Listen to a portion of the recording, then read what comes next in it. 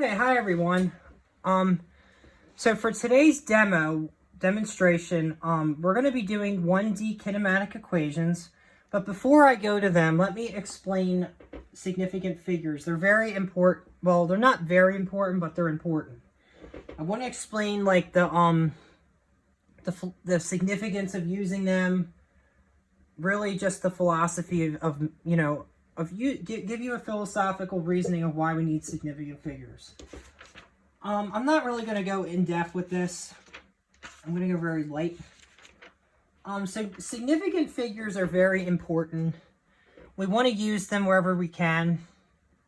If you remember, like, there was like really bad launching mistakes done with NASA where they used to launch rocket ships and they would explode in midair. I mean, tells you how anytime we measure the universe, like, we should always try to calculate and determine as much as we can and predict.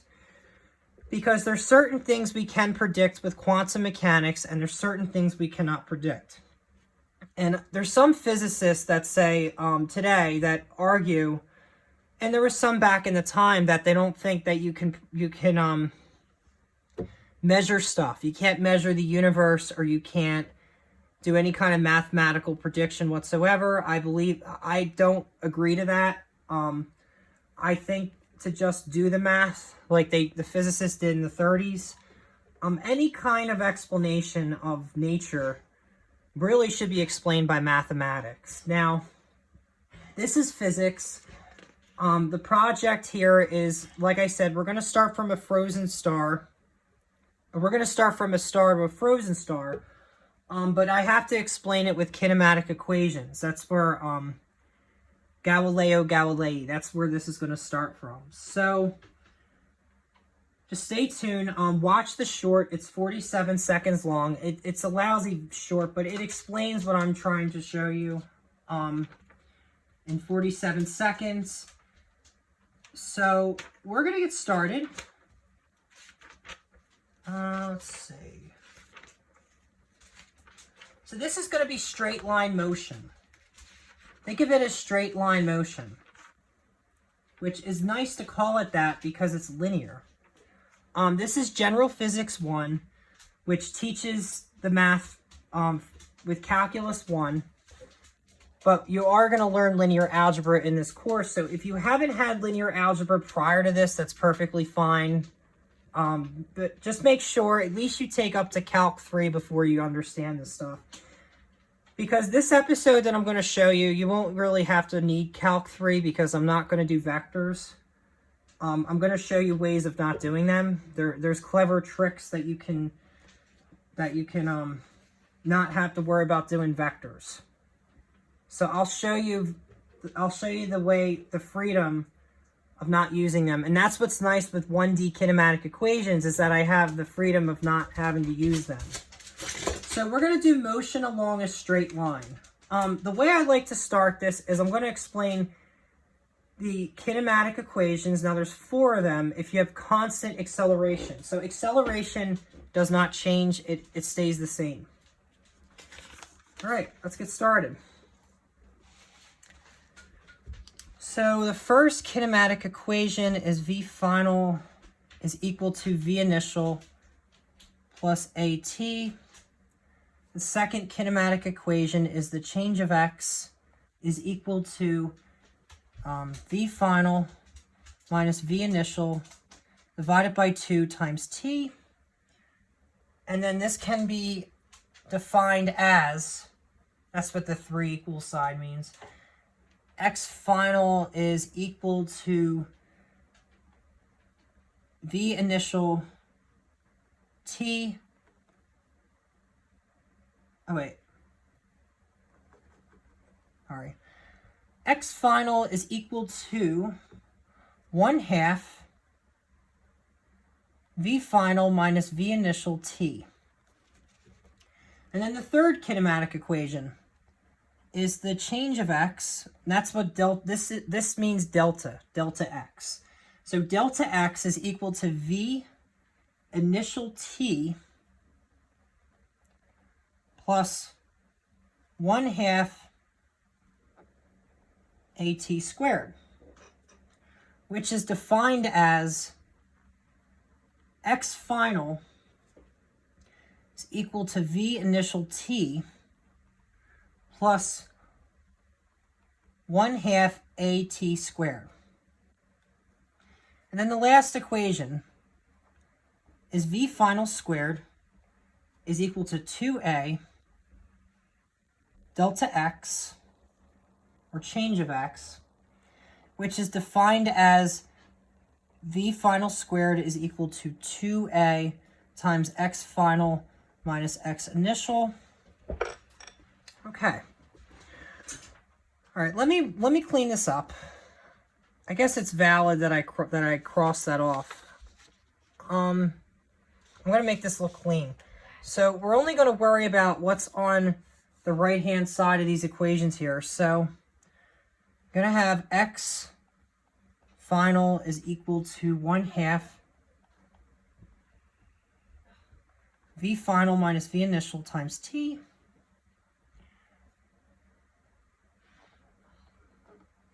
X final is equal to V initial t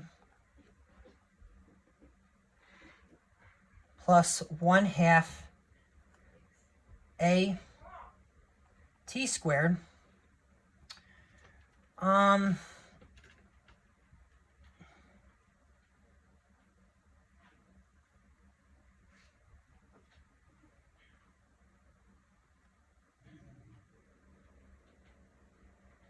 Oh, I forgot the first one. V final is equal to V initial plus A t. And then the last one is V final squared is equal to 2A times X final minus X initial. Okay. So before I get started, well, actually, I'm going to explain to you who wrote these kinematic equations. I was interested when I took General Physics 1 to find out who developed them. The first three were developed by Galileo Galilei, and then the last one was developed by Sir Isaac Newton. So, let me label this out. So you got Galilean equations. This one, this one, this one. And then this one is going to be Newton's equation. Sir Isaac Newton, not Olivia Newton-John. She is Max Born's great-great-granddaughter. If you don't know who Max Born is, he is the author of Atomic Physics, which they believe in this concept that any kind of chemistry matter could be imagined as a mechanical, intricate work and machinery and things like that. And that's kind of like the whole, what I'm trying to show you is the mechanical aspect of the universe, because we're going to learn it that way. So this is really how we start off with a star. I mean, we got to start from the dark. We got to start from the dark side of the universe before we can tap into the light. So this is kind of like the very edge of the universe we're kind of learning this in. So this is where everything began from. I mean, the first physicist, Aristotle was the first with physics, but nobody ever it was all theoretical, so no one ever really tested anything out until we got into Galileo Galilei. So there's a story that he dropped the bowling ball from a Leaning Tower of Pisa. We're actually going to do a problem that's about that. So it's a particle. Well, it's not really a particle, it's an object. I mean, we're in General Physics 1, we got to call it an object, but it's the same thing. So that's the equations. Now, the trick with kinematic equations is you have to be aware that you might have to rewrite these depending on what you need to find. You could, in certain cases, you end up using the quadratic formula. If you use the method of substitution, you won't really have to worry about this one. Also notice that on the left-hand side of the equation, this is telling you what you need to find. You need to find the final speed, final distance, and final speed. And then the left-hand side, you have to look at what they exclude, what they don't have. So it kind of acts like almost like the opposites on the equation. So across the equation. So the first one, you're going to have no distance.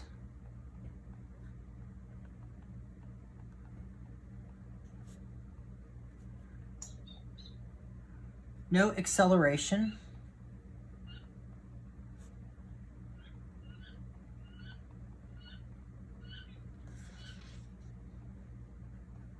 No final speed.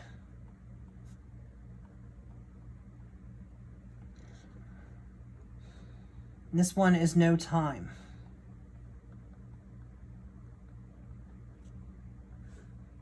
Notice that the first three kinematic equations have time. So remember that this position is a vector, which is x final. You only see it on the left-hand side of the equation, but you see it here as well. Position's a vector. Velocity's a vector. There's velocity, velocity, and then velocity here, velocity there. And then also that acceleration is also a vector. Acceleration here, acceleration here, acceleration there. All right, the reason why I pointed that out is because we're not going to be doing vectors. I'm going to show you clever tactics of how to bypass them. If you're ever taking General Chemistry 1, you learn the whole thing about bases. You learn it in linear algebra. So first trick is putting an x base. Wherever you see acceleration, you put an x base wherever you see a velocity. That is the first trick. You just write x everywhere. Let's see. Put an x here, an x there. So I just based an x wherever I saw, only for velocity and acceleration because you already know the position. So remember that time's a scalar. I don't know if I told you time's a scalar, but everything else is a vector, so only time's a scalar.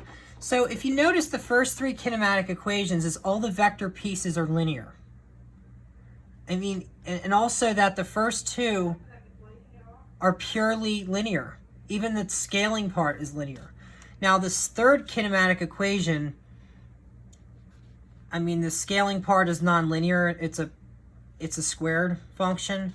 And then the last one, everything is nonlinear because you're taking this gives you no option but to take the radical on the other side of the equation. You have to take the square root.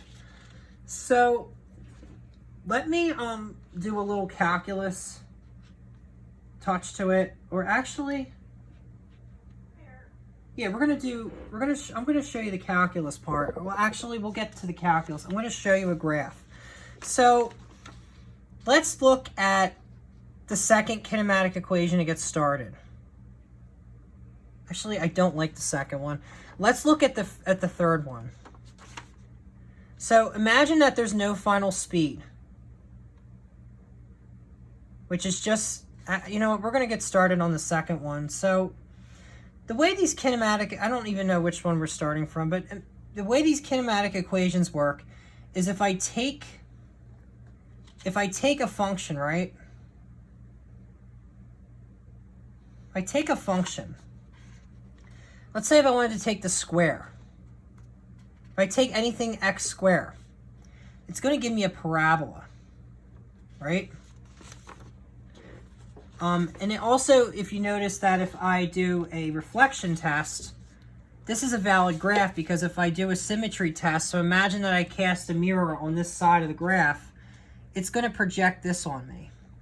It's going to give me a reflection. See, the graph, I know it's not even, but the graph is reflected. So this is what you would get if you took a square function and you just look on the positive side of a graph. Because in physics, we're in reality here. I mean, classical mechanics, we're purely in reality because we only care about what's in the positive side because that's what's actually going in the x direction. Other than that, if I took a single point, right? And right now we're only in derivative mode because we're only saying that velocity, we're only saying that the acceleration is constant. So then if I take a point on this curved graph, this gives me, and I want to take a straight line, I'm going to get something like that. And that's where it becomes instantaneous. So that is that part. That really explains how you would understand the third kinematic equation, which really looks at the first kinematic equation because we're taking this parabolic problem, right? It's parabolic in the t portion, and we're looking at it in a linear way. So if we look at the second one just is pretty much the same thing, right? You're still going to have the same graph. But instead of caring about 1 point, we now want to look at 2 points. But we're going to make them really, really far apart as much as we can.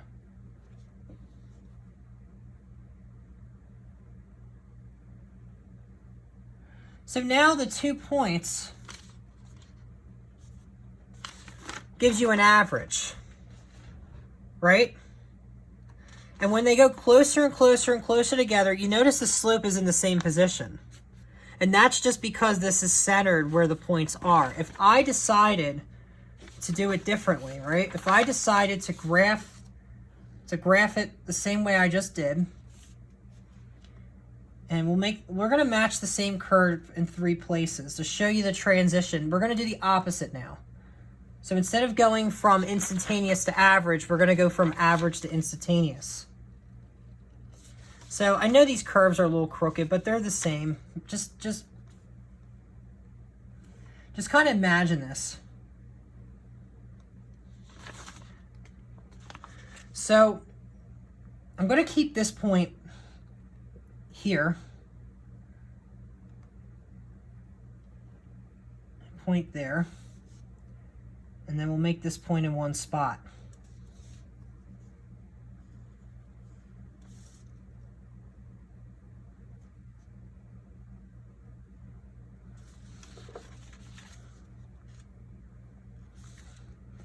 Now I'm exaggerating by, pulling the derivative out. So this is your velocity. These are your velocities. Right? This is your velocity. I have to do vectors on the graph. I did say I wouldn't show you vectors, but on the graph we'll show them. This is position. Actually, velocity is right here. This is position. And then this should be velocity. And this is position. So the position is the curved part, velocity is the straight line. I made a little mistake. Notice that the position is staying the same. The velocity is changing. So as I get, it's like the tip of this ballpoint pen. So like the tip of this ballpoint pen to this eraser part, if I trace out a straight segment, when I bring the point closer and closer and closer, what's happening is the velocity is decreasing. It's not that it's decreasing. Don't think of it as in 2D. It's decreasing in 1 dimension. So it's going from here, but then it's going closer. Actually, I'll get all the papers behind this. So it's starting here, but then it's going closer and closer to 0. It's actually not getting closer to 0. It's just slowing down. So that is how you would go from average to instantaneous. This is where it becomes instantaneous. Because we're dealing with constant, I mean, you only do this if you don't have constant acceleration, but it's amazing how I can stretch this out and show you the relationship here. So let's say if you had a crazy looking curve, right? There's one more demo I got to do. So if you have one crazy looking curve, I don't know, it could look wiggly like this or something. And this is position, right? Say that's position. Because the position's supposed to stay the same. That doesn't change. Now, if I wanted to take different, we'll call these points of tangency. I'm going to get different points. So if I took a point here, I'm going to get that. I'm going to have something like this. and then I'm going to have something that looks like that. These would be my velocities, right? These would be my velocities. So the velocity would change, but the position wouldn't change. It's just the location of the position. So when you think of derivatives, it's like magnifying inside of a function. It's like using a pair of it's using what's called the microscopic method. You're taking a microscope and you're zooming and zooming in. It's like you're taking this graph and you're trying to zoom inside of the graph. That is the idea of a derivative. That's what I was trying to show you. That is the whole aspect of it. I know it's this is like a hog wild episode, but I mean, I'm trying to make this as original as I can. But this is how you would basically do it. All right, let's do a leaning tower problem. And I will have to briefly demonstrate a summary. So this is where basically a bowling ball is being dropped off the Leaning Tower of Pisa. So let me show you how to do a problem. So I got a Leaning Tower of Pisa.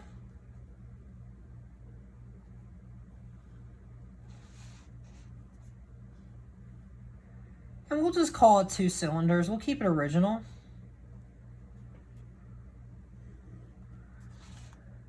Okay, and then here we got the V initial. Well, this is where it starts from. And then it continues down here. Keep increasing the distance. Goes down further. And then at the end, it just drops and hits the ground. And this is basically the problem.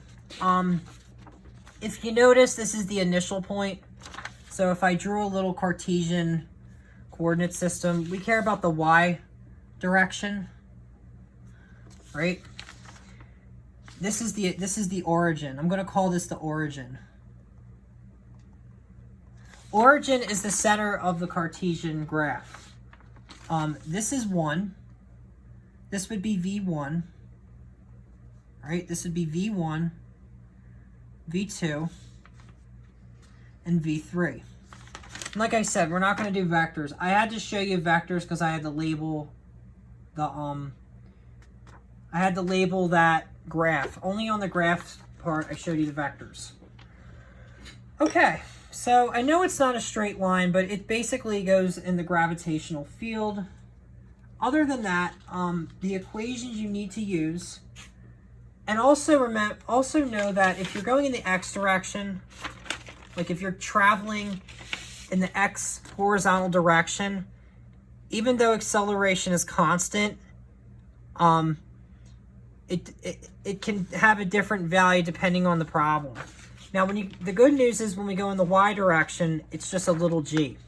It's gravitation. It's acceleration due to gravity, they call it. And it is an approximation. So whenever we go in this way, the acceleration is fixed to a constant. So we don't need to worry about it. Now let's say, because in this type of problem, we don't know what the acceleration is, that's okay. We don't need to look at a problem where it says no acceleration. So we can rule that one out. We do know the acceleration. We do need to use the first kinematic equation and the third kinematic equation. So we have no distance and no final speed. No distance and no final speed. All right, so I'm going to explain. So y is equal to y initial plus v initial t plus 1/2 a sub y t squared. It doesn't even look like a y. So y is equal to y initial plus v initial t plus 1/2 a sub y t squared. And then the second equation is v sub y is equal to v initial y plus a yt. The problem, we only went backwards. I mean, we started from position, and then we went to velocity. All right, I must provide a table of information, so we'll do it over here. Table of information.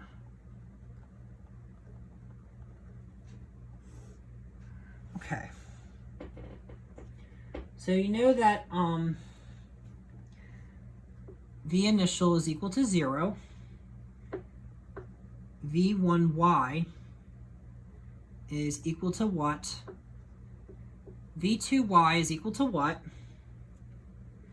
And then V3y is equal to what? T initial is equal to 0. Y initial is equal to 0. T1 is equal to 1 second. Y1 is equal to what? T2 is equal to 2 seconds. Y2 is equal to what? T3 is equal to 3 seconds. Y2 is equal to what? And also know that acceleration y is equal to negative g, which is approximately 9.8 meters per second squared. Of course, we know that. Okay. This is your table of information. Now, the trick with kinematic equations is you have to work with your knowns and unknowns. That is the key with these. It will get easier once we get into energy because we only have to worry about knowns. These unknowns we don't need to worry about. This gets really hard in the beginning, but it just changes really. Okay, so what we're going to do is we're going to take this information and we're going to apply it into these equations here. We're going to plug in values. So when you get t is equal to 1 second, y is equal to,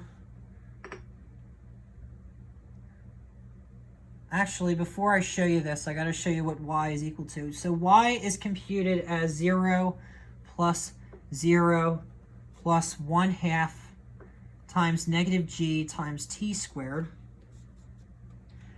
which half of that is negative 4.9 meters per second squared t squared, right, times t squared. And then velocity y is equal to 0 plus negative g times t, which is equal to negative 9.8 meters per second squared times t. Okay, so now what we got to do is now we can safely take these equations and we only have to compute them in these two problems. How easy is that?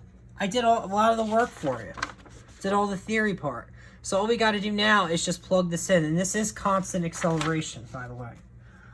I had to do a little calculus on the differential part with the derivatives, but now we're back to constant. Okay. So when t is equal to 1 second, right? Do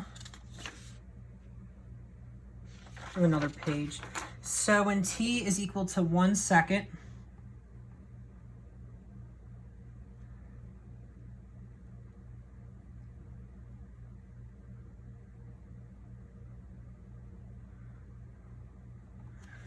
so basically what we're doing is we're computing t.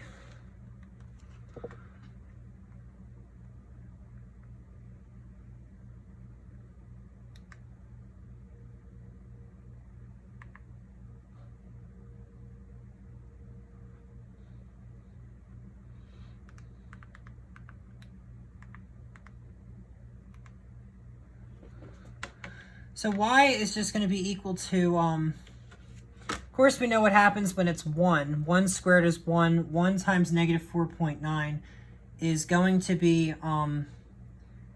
negative 4.9 meters. And then v sub y is equal to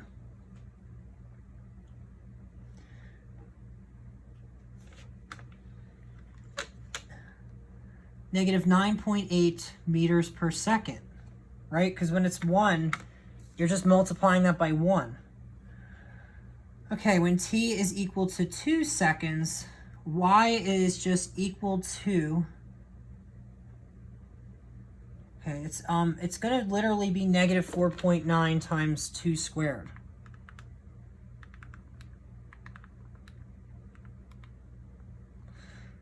Which is going to give you, this is equal to negative 19.6 meters, which is about almost equal to negative 19 meters. And then v sub y is equal to, let's see, 9.8 times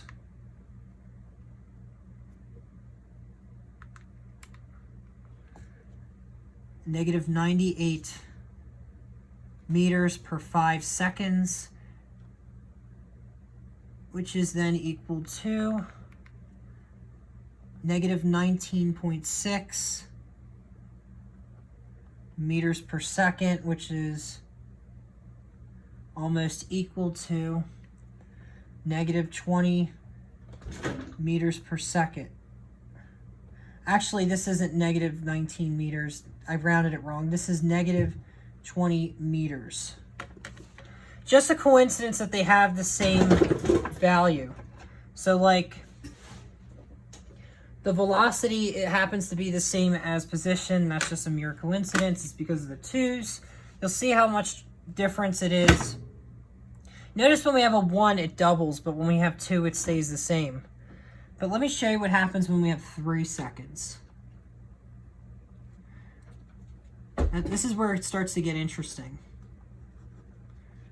So when t is equal to 3 seconds, oh, you can't really see the 3. T is equal to 3 seconds. Y is equal to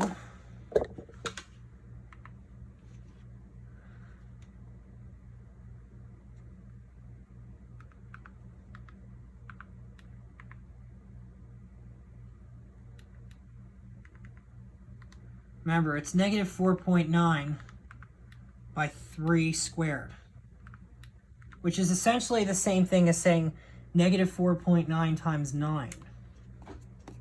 Y is going to give you negative, well, y is going to be equal to negative 44.1 meters, which is almost equal to negative 44 meters. All right, and then v sub y is equal to negative 9.8 times 3,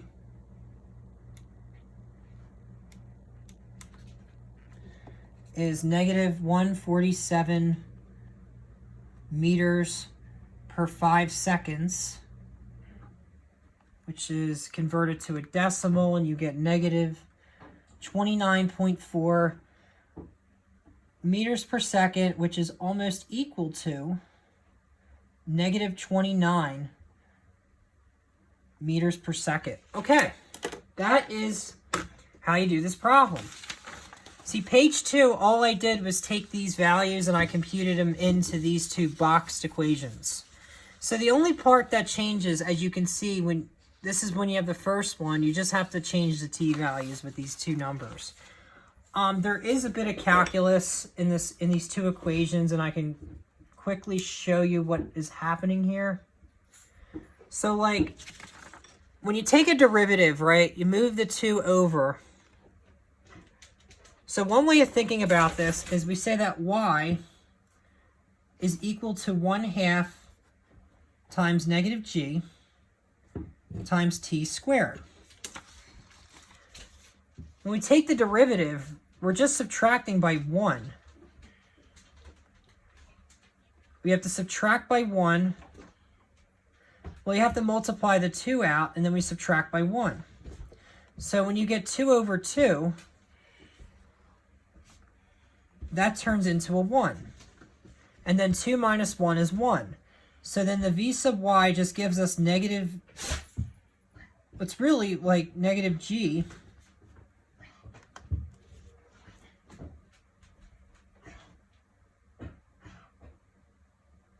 times t. And if you really want to look at this correctly, you would say that y is equal to negative g over 2, because it's 1/2 g, right, times t squared. And then when we take the derivative, we then say that this just becomes v sub y is equal to negative g times t. And if you look at it, it's correct, because negative g over 2 is negative 4.9 t squared, and when I take the derivative, it turns into this equation. So now you're learning derivatives without realizing it. Isn't that neat? There is a calculus part to this problem. Even though they say constant acceleration, it only means that we can't integrate. We can't take the integral. Whenever we have constant acceleration, that we are able to do a derivative. So integration is the opposite of differentiation. It is what is called the telescoping method. You're taking a telescope and you're zooming out in space. Okay, so I showed you exactly on the graphs, if you have a slope that's average, right, you're going to have like 2 points that look like this. So let me come up with a summary to help finalize this information out.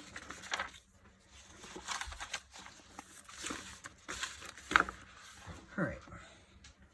So if you're taking the average velocity, right, and I do not like calling it like AV or AVE. I don't like abbreviating it. So we'll just say that this is the average velocity in the x direction. It happens to just be equal to x final minus x initial over t final minus t initial, which is equal to the change of x over the change of time. And then acceleration, or instantaneous. So instantaneous, you just do v sub x is equal to the limit as the change of time approaches 0 of the change of x divided by the change of time, which is equal to dx dt. And then acceleration is the same thing. So acceleration average in the x direction is equal to velocity final x minus velocity initial x divided by t final minus t initial, which is equal to the change of velocity in the x direction divided by the change of time. And then instantaneous acceleration is equal to the limit as the change of time approaches 0 of the change of velocity in the x direction divided by the change of time. See, it's pretty much the same thing. It's just one extra step between average and instantaneous. And this equals to the first derivative of velocity with respect to x with respect to time. Derivative of velocity in the x direction, derivative of time.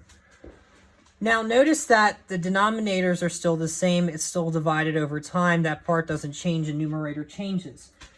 Another way like to think about it is I was trying to show you with the derivatives is that velocity is the first derivative of position, acceleration is the second derivative of velocity.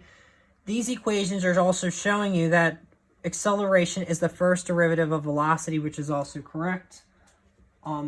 Constant x acceleration, I explained those to you. That's these equations. See, I like to explain this stuff by understanding like the algebra-based physics, and then we get into the calc-based physics right after. Okay, so there's one more part that I haven't showed you yet, and I should mention it. So if you take an area under the curve in any function,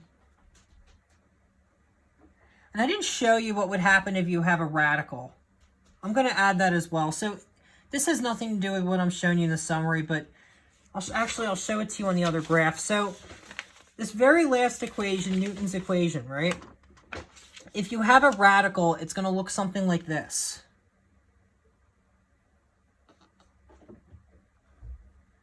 So if I took a radical, actually, I'm going to draw it on this page. If I took a radical, this page is fine. So if I took a radical, it's going to look something like this, which it's still going to be parabolic. See, the position is still, you know, the position just shifts a little bit, but a radical is going to look something like this. Now, a radical looks more than that, but this is just in the positive x direction. It's gonna make a graph look like that. It's very important that I explain the graphs.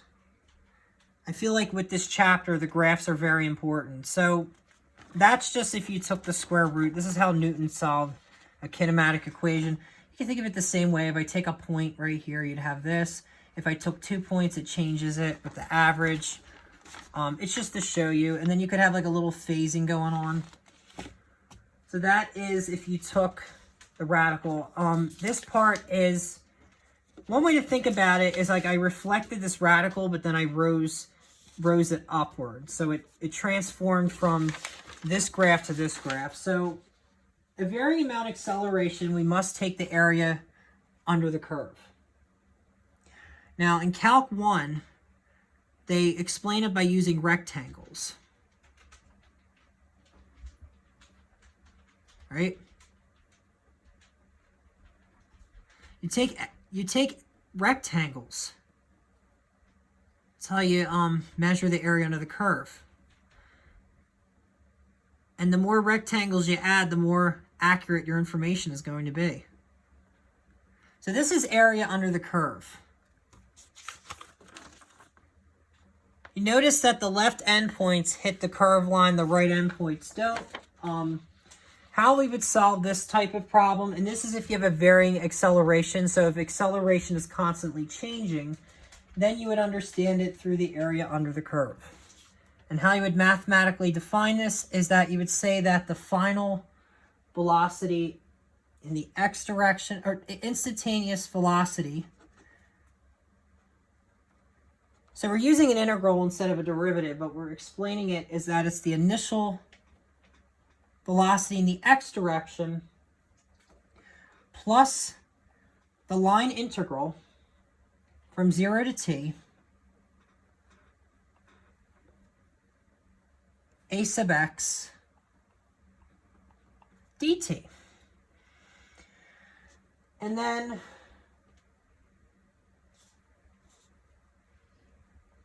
x final is equal to x initial plus the line integral from 0 to t v sub x dt. Now, I know this looks a lot because we're learning an integral, but don't worry, this is the easiest integral to solve in the world. Because it's definite, and also the fact that there's a t here, and then there's also a dt. So this is known as an upper limit, and then your lower limit is 0. So the lower limit you don't need to subtract by anything, which makes this an easy integral. Also, the fact that the upper limit and the differential are both the same thing. This is what you would call a differential. And then this is the upper limit. So what happens is they cancel each other out. It's quite interesting. So what ends up happening with this behavior is that you're going to end up getting an average. So this turns into the velocity final x minus the velocity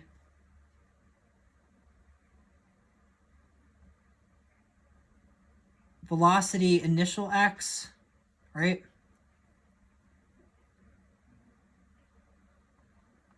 And then this one just turns into x final minus x initial. And I guess you wouldn't divide by t because it would cancel. But dt and t would just eliminate each other. But I guess it would be from t to 0. But somehow you would have to get the average, and then you would turn it, I suppose you would take it over t final minus t initial. You're supposed to spit out the average, I think. But then gives you the change of x over the change of time, the change of velocity over the change of time. So I'm almost certain that you get this. Okay.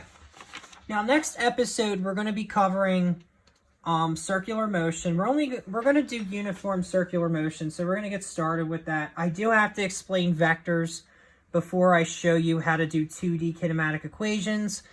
But don't worry, we're going to pick it up from the summary, and we'll also pick it up from this summary.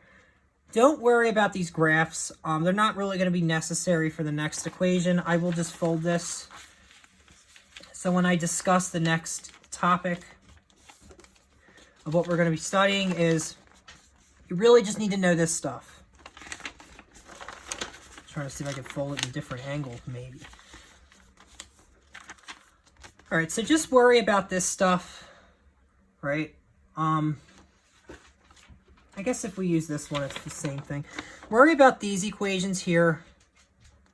Also know this part, and this is where we'll pick up from. I have to show you this before I show you vectors. And then after I show you both, then we're going to do a problem that combines the two. And then I'll discuss like the equations at the end, like the whole summary at the end. Other than that, this has been a really good video. And just keep watching them. I mean, it'll get better and better. It's going to get interesting. All right, thanks.